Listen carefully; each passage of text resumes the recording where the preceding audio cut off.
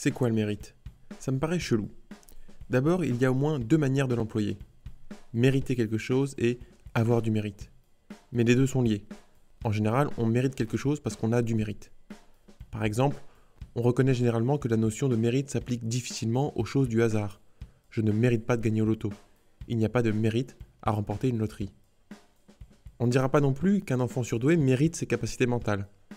Appelons-le Pierre. On considérera que Pierre est plus ou moins né avec ses dispositions. Ce que j'aime bien dire pour résumer, c'est on n'est pas capable de faire ce qu'on n'est pas capable de faire, donc tout ce qu'on fait, c'est ce qu'on est capable de faire. Quel mérite y aurait-il à faire quelque chose qu'on est capable de faire? Le premier truc qu'on me répond en général, c'est parce qu'on aurait pu choisir de ne pas le faire. Sous-entendu, on jugera le mérite de Pierre adulte en fonction de l'exploitation qu'il aura faite de ses capacités intellectuelles. Ce qui serait déterminant pour le mérite, ce serait par exemple pour Pierre d'avoir su résister à la tentation du confort, à l'envie de se reposer sur ses compétences sans en tirer le maximum. Le mérite résiderait dans l'effort.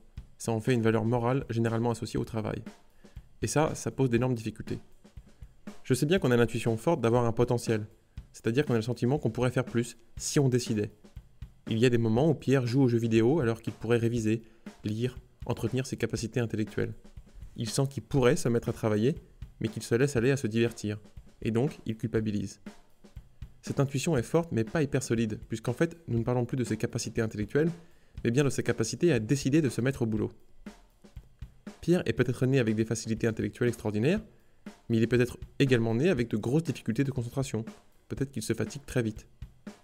On a donc affaire à une régression à l'infini. Si le mérite n'est pas dû à sa capacité de résoudre des problèmes mathématiques de haut niveau, mais au fait d'avoir eu le courage de décider de se mettre au boulot sur les 10 problèmes, alors cela suppose que le mérite repose sur l'ensemble des dispositions qui permettent à Pierre de décider de travailler. Que ce soit le courage, l'autodiscipline, l'ambition, peu importe. Mais mérite-t-il d'avoir ces dispositions?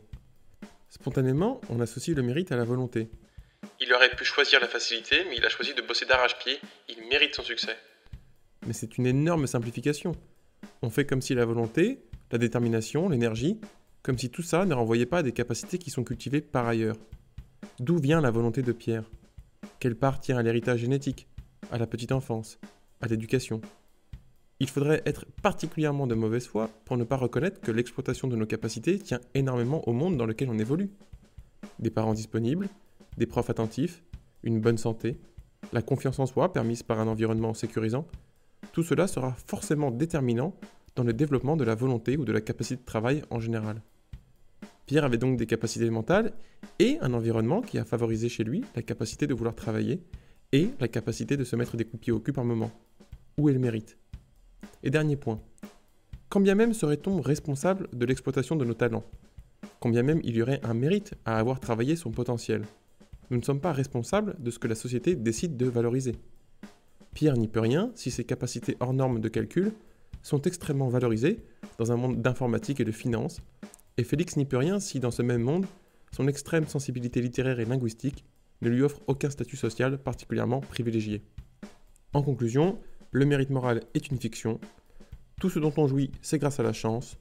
Rendez votre argent gagné par chance à ceux qui ne l'ont pas eu.